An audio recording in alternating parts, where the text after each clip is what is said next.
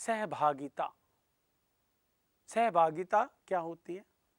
इससे अभिप्राय उत्पादन क्रिया या उत्पादन की गतिविधि में लोगों की सहभागिता से है। अर्थात एक अर्थव्यवस्था में उत्पादन करने के क्षेत्रों में महिलाओं का योगदान कितना है, पुरुषों का योगदान कितना है, यह ज्ञात किया जाता है। इसे ज्ञात करने के लिए देश की कुल जनसंख्या तथा कार्यबल के अनुपात का अध्ययन किया जाता है। देश की कुल जनसंख्या एवं कार्यबल। शहरी क्षेत्रों में सहभागिता की दर लगभग 34% है। वहीं ग्रामीण क्षेत्रों में यह दर 42% है। इसका अभिप्राय क्या हुआ कि ग्रामीण क्षेत्रों में अधिक लोग कहीं ना कहीं कार्य कर रहे हैं, जबकि शहरी क्षेत्रों में यह कम है। इसका मैं आपको एक उदाहरण देता हूं। एक 20 साल का नौजवान जो गांव में रहता है, एक 20 साल का नौजवान जो शहर में रहता है। गांव में रहने वाले उस व्यक्ति को बहुत जल्दी ही कहीं ना कहीं किसी न किसी रूप में कार्य करते हुए देखा जा सकता है। वहीं शहरों में वह 20 साल का जो व्यक्ति है वह अभी आगे पढ़ाई करता है। 24 साल 25 साल तक वह केवल पढ़ाई करता है। उसके बाद वह श्रम बल में अपना योगदान देता है, सहभागिता देता है। गांव में यह सहभागिता की दर कहीं ना कहीं अधिक है। इसके कई कारण हैं। शहरी क्षेत्रों की तुलना में ग्रामीण क्षेत्रों में सहभागिता दर इसलिए भी ऊंची है क्योंकि ग्रामीण क्षेत्रों में लोगों की आवश्यकताएं बहुत जल्दी पूरी नहीं हो पाती।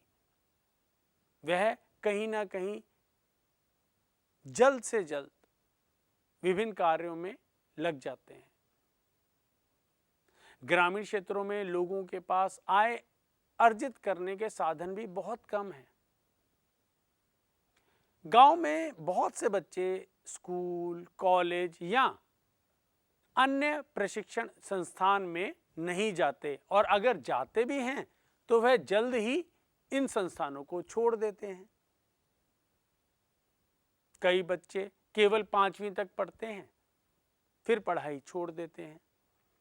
कई बच्चे 10वीं तक पढ़ते हैं, पढ़ाई छोड़ देते हैं। परंतु शहरों में ऐसा बहुत कम होता है। शहरी क्षेत्रों में रहने वाले लोग बहुत अधिक उम्र तक स्कूल, बहुत अधिक उम्र नहीं तो 22-23 साल की उम्र तक स्कूल एवं कॉलेज या अन्य प्रशिक्षण संस्थाओं में जाते रहते हैं, जिससे वह अपनी कुशलता और योग्यता के अनुसार सही रोजगार ढूंढने में समर्थ होते हैं।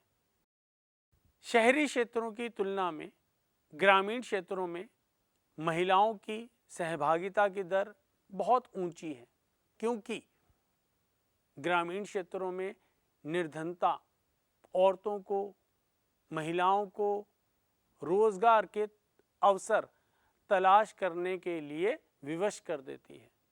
कहीं ना कहीं ग्रामीण क्षेत्रों में महिलाएं एक श्रमिक के रूप में कार्य करती हैं। जैसे मनरेगा की योजना, हम जानते हैं मनरेगा की योजना शहरों में तो नहीं है, केवल ग्रामीण क्षेत्रों में है, गांवों में है। और इस योजना में कहीं ना कहीं महिलाओं का योगदान, महिलाओं की सहभागिता की दर बहुत अधिक है, जबकि शहरी क्षेत्रों में लोग, महिलाएं ऊंची आय अर्जित करने में सक्षम होते हैं। वह अधिक आय अर्जित करने के उद्देश्य से और अधिक पढ़ाई करते हैं और अधिक अच्छी शिक्षा प्राप्त करने का प्रयत्न करते हैं। अब मैं आपको भारत में स्वनियोजित तथा भाड़े के मजदूर की तुलना करके बताता हूं। भारत में शहरी क्षेत्रों में लगभग 42% श्रमिक स्वनियोजित हैं और 58% श्रमिक भाड़े के मजदूर हैं। इसी प्रकार ग्रामीण क्षेत्रों में लगभग 56% श्रमिक स्वनियोजित हैं और यह दर केवल 44% भाड़े के मजदूरों की है।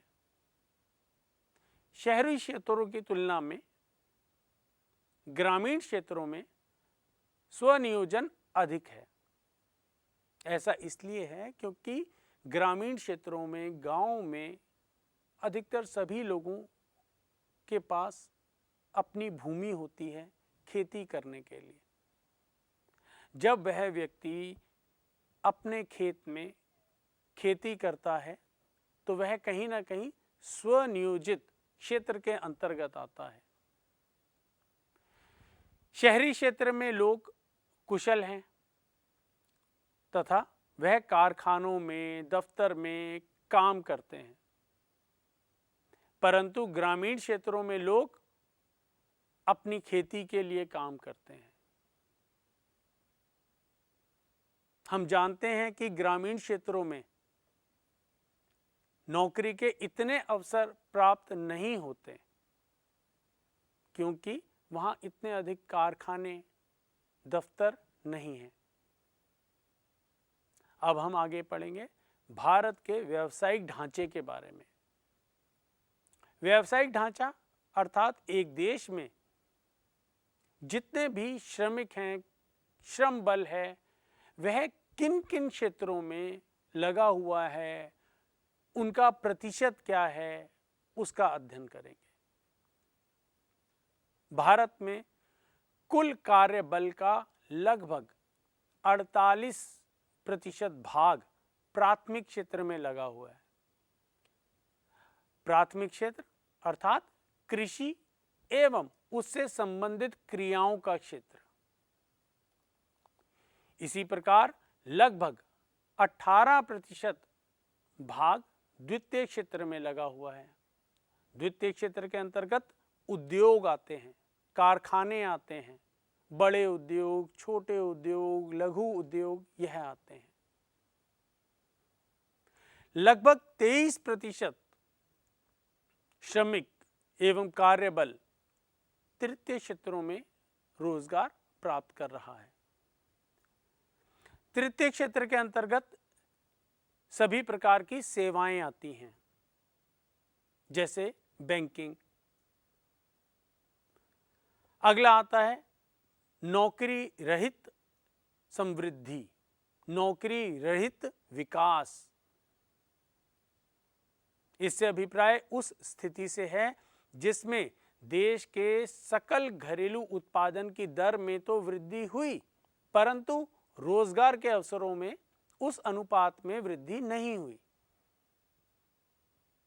अर्थात एक अर्थव्यवस्था की, भारत की घरेलू आय तो बढ़ी, लेकिन उत्पादन बढ़ा, लेकिन रोजगार के अवसर नहीं बढ़े।